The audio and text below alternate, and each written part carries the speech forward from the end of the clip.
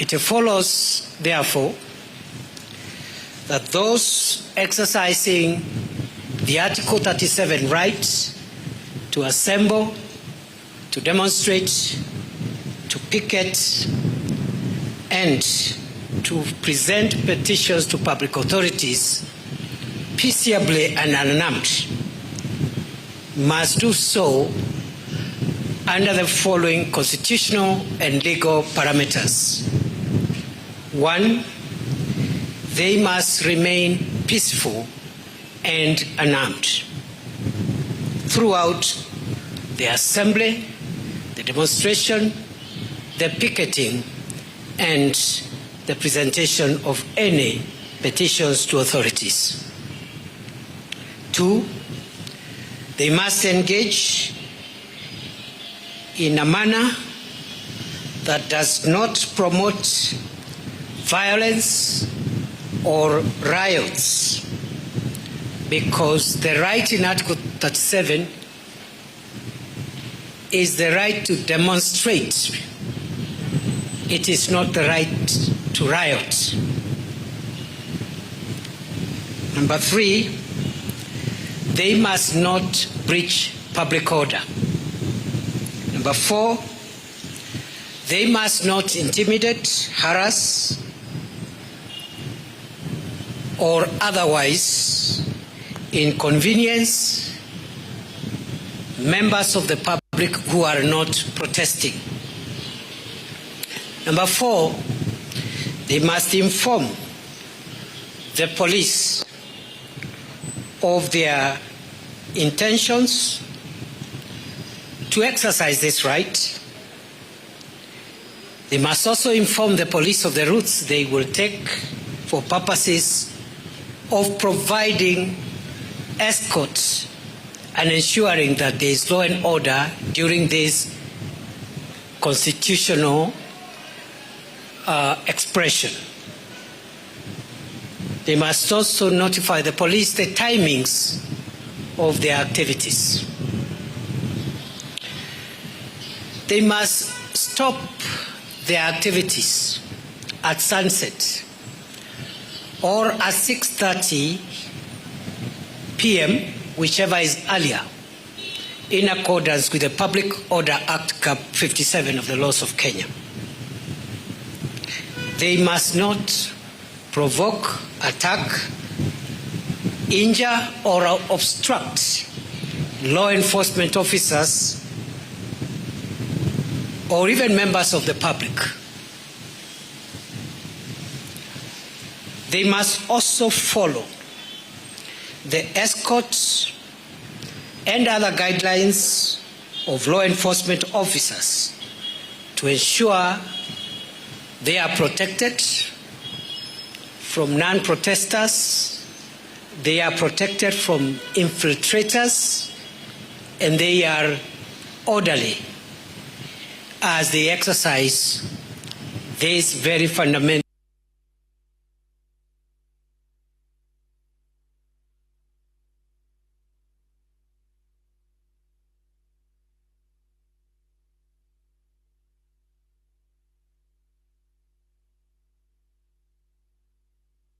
bicycle traffic, border traffic, etc., etc. They must not obstruct, block, vandalize, or otherwise destroy any private or public property. They must adhere to the laws of Kenya, including the Protected Areas Act that limits access to certain critical infrastructure for national security reasons. And the police will guide them in which areas they cannot access by operation of the law on the protection of critical infrastructure. They must not access critical assets for the supply of power, water, or other social amenities in a manner that is likely to interfere with the enjoyment of these amenities by members of the public. They must not interfere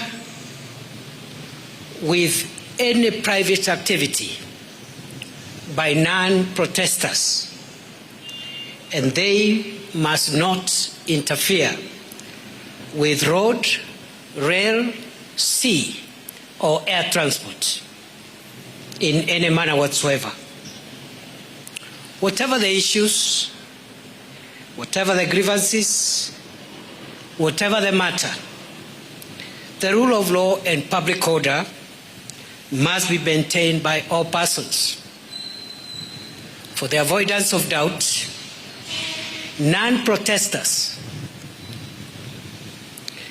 and other members of the public who hold a contrary view to that of protesters are bound by the same limitations, and they must exercise their right to disagree, if at all, in the same manner, in the same circumstances.